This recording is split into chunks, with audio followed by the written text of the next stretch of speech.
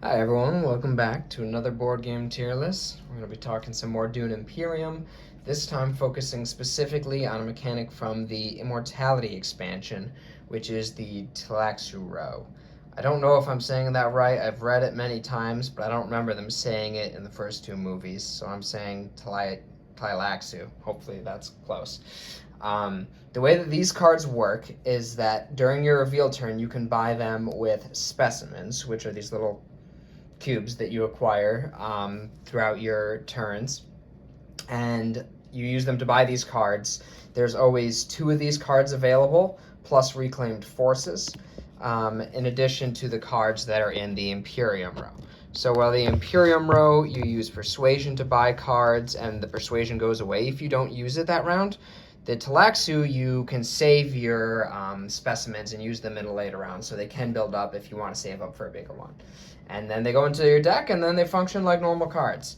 The neat thing is if you are at level 1 on the research track, then when you acquire a Tleilaxu card, you can immediately put it to the top of your deck instead of your discard pile. So that's a good way of like helping them to feel relevant even later in the game. So without further ado, let's dive into them. So I mentioned this one already. This is called Reclaimed Forces. So this is kind of one that's just always there. It doesn't actually go away, go into your deck when you get it. You just get that immediate ability. So it's nice that it's always there. It's, I think, good that there's something, but it's not very good. It's 3 specimens, which is, these range from 1 to 4. So 3 is on the pricier end, and all it does is give you 2 troops or 1 Tleilaxu track movement. I think the Tleilaxu track movement is probably the more valuable one, especially like late game sometimes. If I know it's the final round, there's no point in using 3 specimens to buy a new card, but that movement could give me a point, so that could be pretty valuable. So I'm not saying it never has a use, but generally I think that's an F. Because I am grading on value here too. There's not really enough cards to break them down by cost, so we are judging the cost versus the reward. So I think that's enough. All right, into the normal ones. Scientific Breakthrough also costs 3 specimens.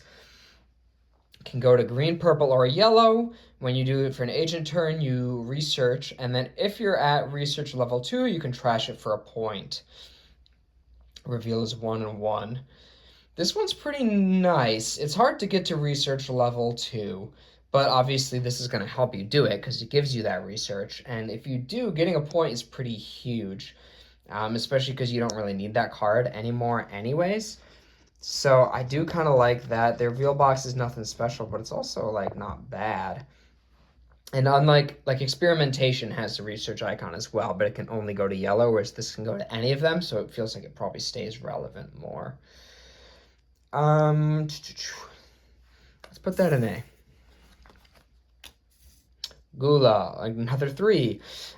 Goes purple, it has a graft ability, and then this card has the same agent box as the other grafted card. Same reveal thing. So that's an interesting ability. It's cool. Thematically, I think it makes a lot of sense. If you know what the Gulas are in Dune. But then it kind of just depends on what the other card is that you have. You know, sometimes if you don't have cards with good agent abilities, it's not very helpful. If you have one that's like really good, then it's kind of broken. But I feel like in my experience when I've bought it, it's felt a little disappointing to me. It hasn't come through as much as I hoped for a 3-cost card. So I'm going to put that in C. Contaminators. This is only 1 cost. Only 1 icon, but it's Fremen, which is, you know, probably the best one you could have. And then its agent box just gives you an a Tleilaxu track movement. So like this, you would pay 3 specimens for 1. This, you would pay 1 specimen, and then you could play this several times and get that movement multiple times. The reveal box is pretty weak, but I mean, it's 1 cost, so what do you expect? I really like this one. I think it's going to be S for me. It's just so easy to get, but it's actually really solid. I take that one a lot, and I feel like it's helpful. It gets you, you know, to still suits or to hardy warriors and moves you along that track, which is pretty powerful. So I think that's a good one. It also is a Fremen card too, so for purposes of triggering Fremen Bond and those different combos, that's neat. From the tanks, 2 specimens. It only goes green, which is terrible. That's only one, and it's the worst one. 2 troops is a strong agent box, but then the reveal box is also weak. So I don't like this one. Like I said, 2 troops is strong, but everything else about it stinks. Green spaces, none of them are combat spaces, so you can't deploy those troops. Um, so it feels too slow, and I don't really want to go to green spaces that often, so not that helpful. I'm between C and F. And, honestly, I'm going to go F. I think that reflects how excited I am when I see it come up. Industrial Espionage 1 only goes green. When you use it, it draws you a card, so that's a nice ability. If grafted, it gives you a research and a specimen, so you can buy more of these. Reveal box is also just 1. So, like I said, with From the Tanks, the icons are a real issue here. Now, if you're grafting it, you can use the other card's icons, and you get a great ability. So I think if you have other graft cards like this in your deck, that would be a great combo, actually. That'd be really strong. So if you have other graft cards, it's great. Otherwise, I think it's pretty weak. So I'm going to put it in C. It is just 1 cost after all versus From the Tanks is 2, so the standard is a little higher. All right, subject X137. It's 2 cost. When you buy it, you immediately get this. So again, 3 cost for 1 versus 2 for 1 and a card that goes into your deck. It's just not close. Goes green and yellow. Okay. If you're at research level 1, you get this Tleilaxu track movement, which research level 1's not too hard to get, but it's not a given either. Versus like Contaminator, it's just automatic. It's also a 2-specimen card. So I think this is just the middle of the pack. We're going to put that in B. Tleilaxu Infiltrator, 2 cost. It's purple. It's a graft card. This is what I really love about it. Enemy agents don't block your agent this turn. I think that's a really strong ability. And that also draws you a card, which is nice. If you're at research level 2, you also get an intrigue card. So at that point, it's just an absolute slam dunk. It's pretty hard to get to research level 2 early enough for that to actually hit that trigger often. The reveal box isn't the strongest either, but also, why would you really ever reveal this? Because you can just graft it to something else and draw. If you don't want to play it, you just graft it to something else and it draws a new card to replace itself. So, the drawing a card in the enemy agents thing is a bit of a tough combo to me, because if I'm going to draw extra cards, I want to do it earlier in the round. But at the same time, I want to save this for later in the round when more spaces are filled. So that's a tricky dynamic to navigate, but I still think it's a really strong card. So we're going to go S. Stitched Horror. I love this one. Might be my favorite. It costs 3, which is not nothing. But it goes to purple, and it's a graft card, and you get 2 of those abilities. So all 4 of those abilities are great. I love the flexibility, the options there. I feel like the best ones are probably the trash and the Tleilaxu track movement. But again, the choice is great. If you're going to a purple space, those are combat spaces, so getting a troop is cool. Water, if you need it, is obviously big. The reveal box is decent, but I mean, it's a graft card, so why would you not use it? Even if you have other cards that you want to play, you just graft this to them and then get that. As I'm looking at these, I'm wondering if this should be higher, because, I mean, that would just be a great combo. But I think most of the cards in your deck are not going to have as strong agent boxes as the cards that you're buying from the Tleilaxu row. So anyway, Stitched Horror, I think, is an S. Unnatural Reflexes.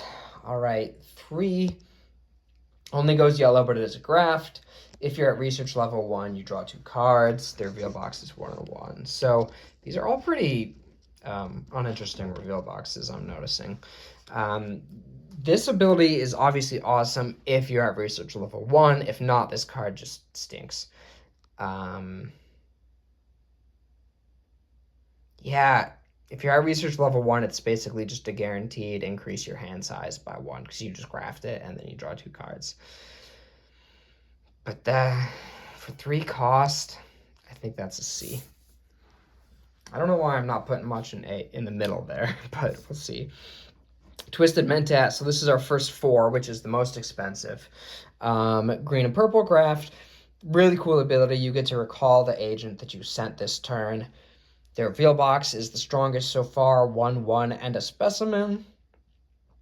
Yeah, getting extra agents is really good. The only problem is you have to graft this to another card. So that means you're spending 2 cards for that one move, and then you get another turn, but you just spent 2 cards, so you might start running out of cards to actually use with this. So that's my only issue with it. And I think because it's so expensive, I'm going to put it in A, not S, but obviously a very powerful card. Face Dancer. This is a nice one. It just gets you to the faction spaces that you want to get to. It's got graft and it draws you a card, so it basically replaces itself, and it just, yeah, gets you to the spaces where you need to go. Being able to go to Emperor, Guild, and Fremen is very valuable. It doesn't get you to Bene Gesserit, which is interesting. I think that was just a thematic choice, because the Bene Gesserit can detect Face Dancers. But it's still pretty strong even without being able to go there. To get you to the other 3 factions is good. So that's a solid B. Chair Dog. All right, this is a weird one. It's kind of like Gula. But instead of doubling down on the agent box, it gets you the agent box and the reveal box. Because the other grafted card comes back to your hand for your reveal turn. So, like I said, it really depends on what you combo it with. Basically, the best card in your hand, you get to use twice as an agent turn and a reveal turn. So if you don't have other good cards, it's pretty bad. If you have an amazing card, like say you graft this to Lady Jessica, that's huge. So it does depend. But in my experience, I thought it was really cool, but a lot of times when I play it, I didn't get that great combos with it based on what's in my hand. And if you don't have a good one, it's kind of hurting you because it's just not really doing anything. Like if you end up grafting it to something that gives you 1 persuasion, then it's just filling up space in your deck. So I'm going to actually put it in C. Beguiling Pheromones. Cost 3, purple, yellow, graft. If you send an agent to a faction board space, trash one of the grafted cards and gain an additional influence. So potentially really powerful because it gives you kind of that power play move where you get 2 influence in 1 move. The tricky thing is you need to graft it to a card that can go to faction spaces, and then you need to trash either it or that card, which feels pretty costly. So I see the potential here, but I also feel like this is one that when it comes out is often the one that like sits there that nobody wants to buy because everyone's a little scared of it. It costs 3, so I'm going to put it in C. Guild Impersonator, costs 2, goes to Guild, graft it. If you gain Spice this turn, you gain a Guild Influence, which seems like a weird thing. I think there's other cards that combo with it, not from the Tleilaxu row, but just Imperium row cards from the Immortality expansion, so there's a certain combo that's pretty cool. Yeah, it's tricky because you're not usually going to gain Spice from going to a guild space, so you would have to graft this to like a yellow card that gives you Spice or something like that. But a guild influence is pretty big, plus just being able to get there. It's not too expensive. We'll put it in B. Slig Farmer. So this one also costs 2. You graft it, and then for each icon on the grafted card, you get a money. So, like, if I grafted it to this, I would only get 1. But if you graft it to, say, a fold space, you can just get 7 Solari, which is ridiculous. That might be hard to pull off, but I think 3 or 4 is, like, a pretty solid bet. You're usually going to have, like, even Signet Ring or Diplomacy or something. So to get 3 or 4 money for the agent box is pretty good. And then, so, I mean, early game, that's just awesome, right? Because it helps you get the money that you need early game. Late game, you often don't need money, but then this gives you a way to use it. You can spend 5 for a movement. So I actually think that's pretty strong. It's a really good way to get money, and if you don't need the money, then you just move with the Tleilaxu track. So I'm going to go A.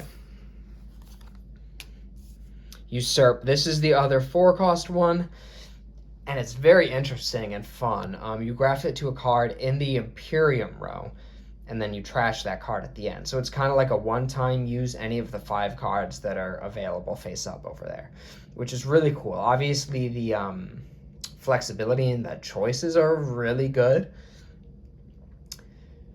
but it kind of depends on what's up there. You're probably going to draft it to the most expensive, powerful card most of the time. And usually, like if there's a 7 or 8 available, it's awesome. But usually there's not, so then maybe you're looking at like a 5, maybe a 6. And for a 4 specimen card to equate to the ability of like a 5 or 6 cost is not amazing value. But unlike the other graft cards, it doesn't require you to spend 2 from your hand, because you only spend this from your hand and then the 1 from the Imperium row. So yeah, I'll put it in A. Like the Twisted Manta, it's a very powerful ability, but it is expensive. It's not like the best bang for your buck, I think, of these here. Face Dancer Initiate. So this is just like this one, but it doesn't draw you a card. And so it feels... It also costs 1 specimen less, but it feels difficult to use because of that.